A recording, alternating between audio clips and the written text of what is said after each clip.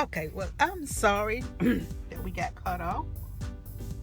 What I was trying to say is that President Obama gave a wonderful eulogies for Reverend Piggy. Piggy. I'm probably saying it wrong. He was one of the 9 people who was massacred, killed in the church last week. I'm gonna get more information on it, because I have information right now, but I kind of choked up about it. Young man went into the church, sat in the church Bible study for an hour, and told them that he was there to kill black people. And didn't know at the time that he was being videotaped. One of the members there was just videotaping the Sunday school lesson. And he went, as he was leaving, he met another member and said, "Have I shot you yet?" And she said, "No." He said, "Well, I'm going to let you live so you can tell the story."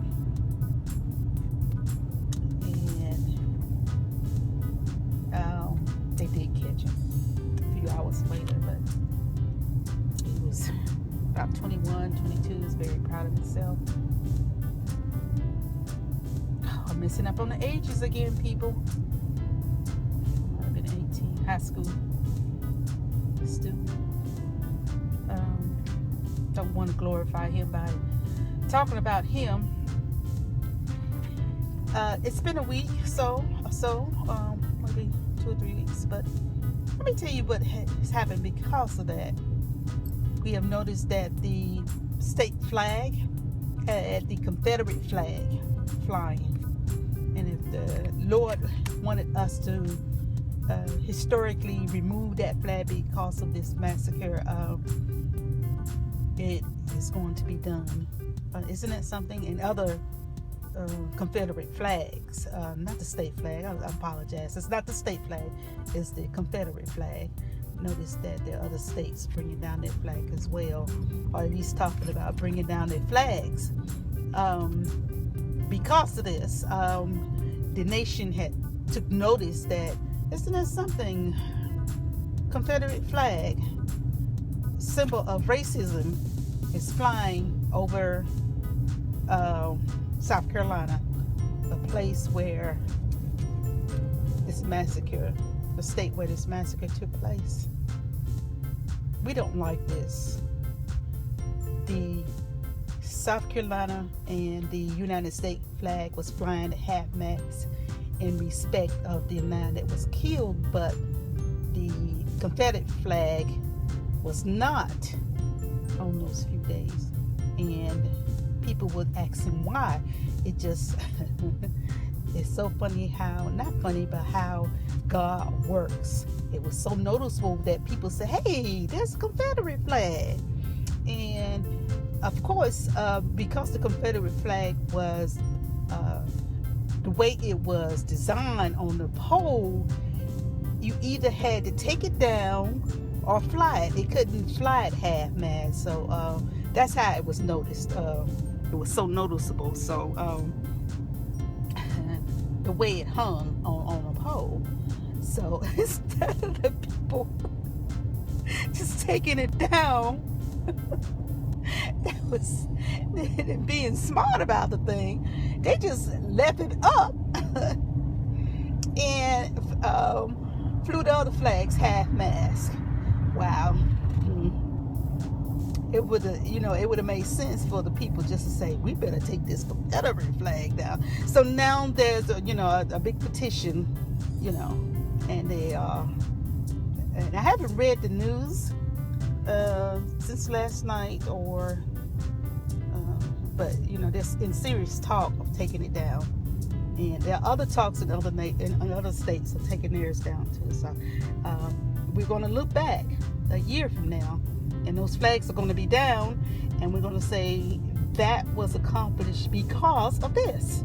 And we're going to probably have a day of celebration because of that massacre, plus the day that those Confederate flags finally were taken down. I'm sure of that. We're going to celebrate every year because of that. It always happens and never fails that something major like a massacre or someone has to die. It's a martyrs for something major to happen historically. For something to happen, it never fails. And I'm sorry that those people had to die because of that. It's a shame. It's really, really a shame. But anyway, moving on. I wish something historically could happen for those New York men, murderers. Lord have mercy. I've been watching for 23 days. They finally been caught. I'm gonna turn on the air. If it's too loud, I apologize. I'll turn it off in a minute. It's probably 90 degrees. It's June 30th, 6:12 p.m. 2015. Alonzo, where'd you go? Nobody wants to hear me. Alonzo, I'm gonna feed you in a minute. I forgot you had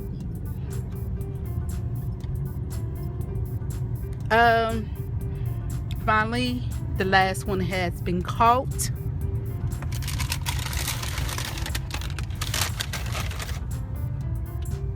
Come in. The last one has been caught, and he is talking. Here, come up here. Eat this. Come up here and eat this. Since you, Mr. Prince, you won't eat your own food. Maybe eat this. Don't throw it up here. It's all here. Put you back there. I'm not eating my dog food today. Yeah, don't forget me there. You haven't done anything but exercise all day. Yeah, get up there. Lord have mercy. Okay, sorry people. First one named Matt. He was shot and killed. Escaped from the Clinton Correctional Prison out of New York 23 days ago. They, of course, had help. There's a lot of people. I wish I could run down the names for you. They have finally gotten a lot of people who has helped them. Luckily, nobody that we know of has been killed. Those civilians have been killed because of the escape. They shot Matt about 5 days ago. Maybe, I think it's 5 days ago. 3 times in the head. I don't think they gave him a chance. I think 1 time in the head would have done it. No, they shot him 3 times in the head. Wow. Sweat, who's the smaller of the two, 34 years old. They shot him. Twice in the chest. One man found him just walking 2 miles from the Canadian border. Tried to stop him. He ran. This man must have been a good boxer. He got down on his knees, shot him once in the back, and the other shot went into his torso. And I admire any officer, and I admire him for not just going off and just continue shooting him, or just giving this man a chance to just give up. I appreciate that officer. My family members think it was a black man. Shot him on the site. I just had to say that, folks. I'm sorry.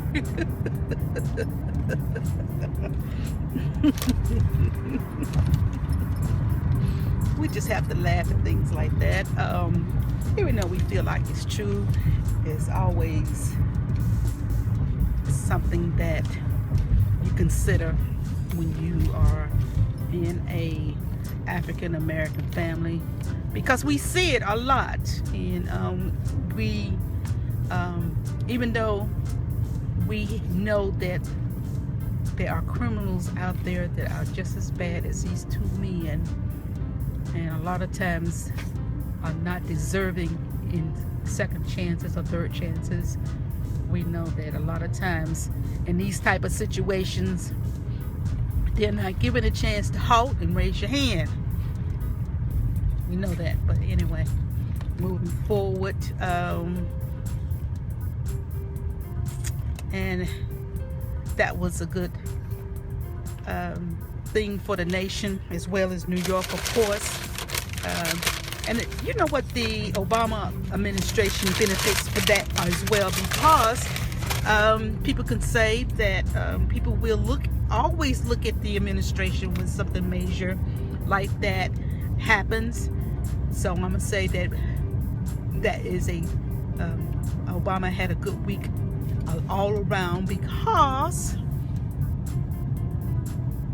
another thing that happened last week is that Scottish, that is the Supreme Court Justice of the United States.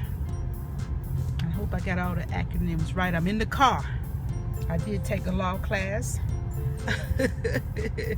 in my master's. I'm taking a master's class. So in my master's class, I took a law class, and anyway, so the acronyms for that, I'm not going to repeat it because I'm driving. But anyway, the Supreme Court ruled that all states in the United States is open for gay marriage. Anybody wants to marry, whether you're heterosexual or gay, get married. So that is a good thing for the Obama administration. But you know what, Louisiana and Mississippi are not open to that yet. They are not offering any marriage licenses as of right now. Now, why they got to fall behind? Get with the program, Mississippi and Louisiana. You know you're gonna have to do it, so get with the program. I want to tell people that before this video gets too long, that yes, I'm still talking about interviews. Please, young people, comment and rate below. But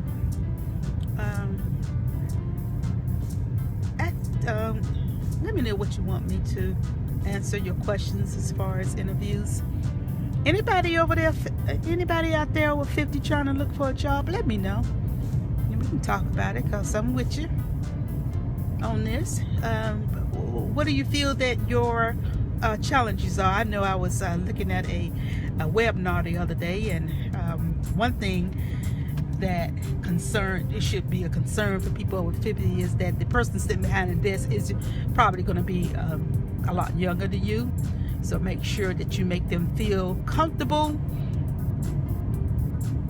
in knowing that you will be able to listen, and make sure that you will, I want to say, take orders. How did they say it? Respect their ideas and respect them as a manager. Let them know during the interview process that you know that they are much younger than you, but you are willing to learn from them. That's it. Learn from them. That you're eager to learn with them, from them, all the way. Okay. But anyway, anybody over 50, 40 years old out there looking for a job, even people in the 60s looking for a job, let me know. any type job you're looking for, from truck driver to management, especially management. I was a manager, but I kind of slid into that job. So once I land this job, see, I'm so positive. See how positive I am at the state job. There are opportunities to become a manager. I want to move on to the management job so we can do this together. I'm going to look out there for opportunities and for interviews for management. I haven't found any yet, but I'm going to put together some questions that might at least find some questions for management, because I'm sure they're out there. Team gathering questions, so we can talk about them if you want to. So rate, comment please at the bottom, and I enjoyed talking to you. So I want you to have a lovely evening, and remember, God loves you, and have a wonderful and successful day. And bye-bye.